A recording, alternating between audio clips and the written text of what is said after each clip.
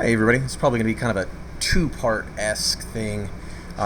First part of it, I guess, would have to do with the call to, if we do get a new Supreme Court justice, then the opposite side that does not want the Supreme Court justice, they're going to stack the court in defiance if they get all the seats they need or whatever. That's a bad problem, mainly because they already shot themselves in the foot once from knocking it to a 60 needed vote to a simple majority. Yeah. Only took, 3.5 years? And it shot themselves in the foot? I guess maybe 4. But, yeah, it's pretty bad. And whether you feel one way or the other, that's not the point. The point of it is how much of a slippery slope our government is doing.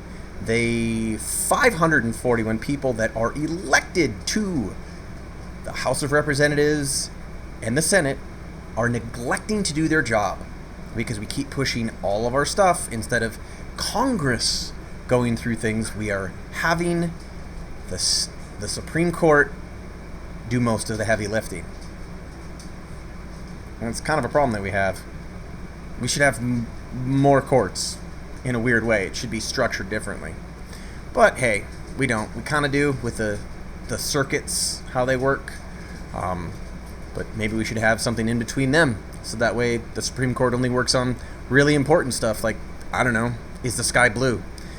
Anyways, one of the weird things, if they do end up starting to pack the court, if the current administration, if they do their whole win thing and they decide, nope, we're going to pack the courts, it's not going to be the best for us.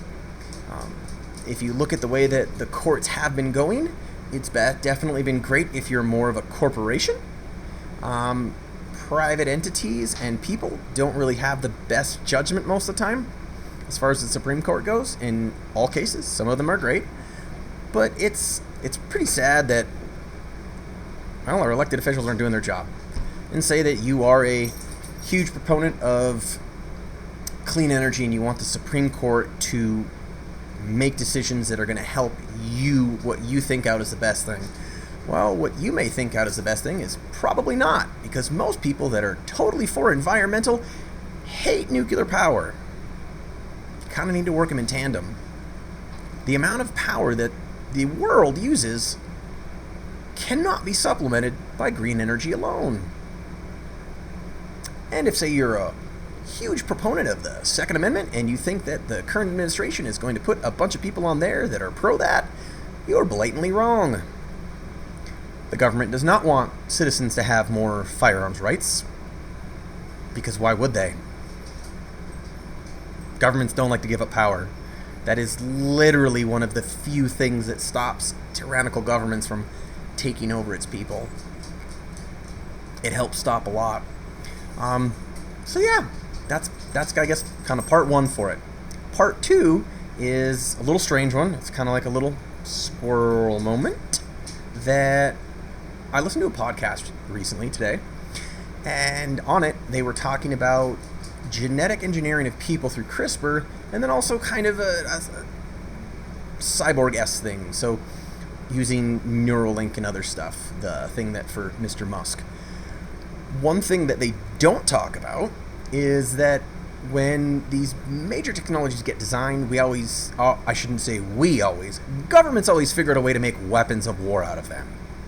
So, I can honestly see the next major breakthrough, if they start to figure out how to do CRISPR better and go do the technological kind of cyborg-esque thing better, we will see wars between countries with crazy things, with CRISPR'd people against cybernetic people. I know it's probably a little bit of sci-fi craziness out there, but yeah, that's actually where I see it going.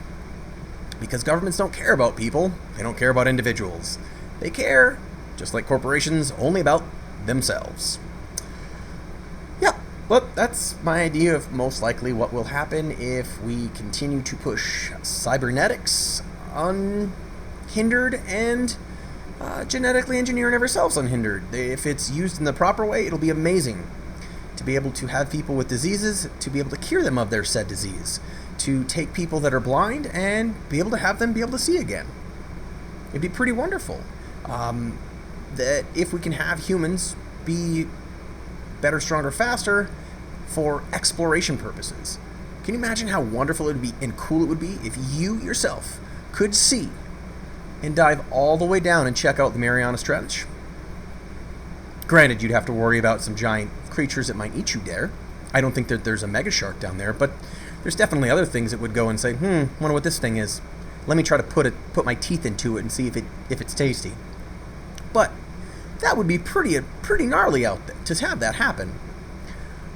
Or maybe we could go and check out space with cybernetics, or with the oh boy, they did an episode of it in South Park, and they talked about it recently with the little something pig, I think it is, that is it's capable of living in space. It's a microscopic organism.